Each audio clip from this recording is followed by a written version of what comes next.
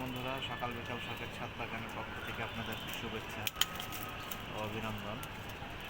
আমার কাছে পলি ছিল না বিধায় আমি পলি আমার ছাদে যেই পলি ছিল সেই পলি দিয়েই মানে প্যারাগুলোকে টিকানোর জন্য কোনো রকম পলি করে রাখছিলাম। আমি পলি নিয়ে আসছি, এখন আমি এই প্যারাগুলোকে আবার পলি করতেছি। সাথে থাকুন। আপনারা পলি কিনে দুই পাশ দিয়ে এরকম কেটে দিবেন, দুই পাশ দিয়ে, তাহলে প্যারাটা ভালো থাকবে, পোকা ধরবে না, নষ্ট হবে না। এইভাবে আপনারা আপনাদের গাছের পলিগুলো করবেন, মানে প্যারার পলি করবেন, প্যারাটা ভালো থাকবে।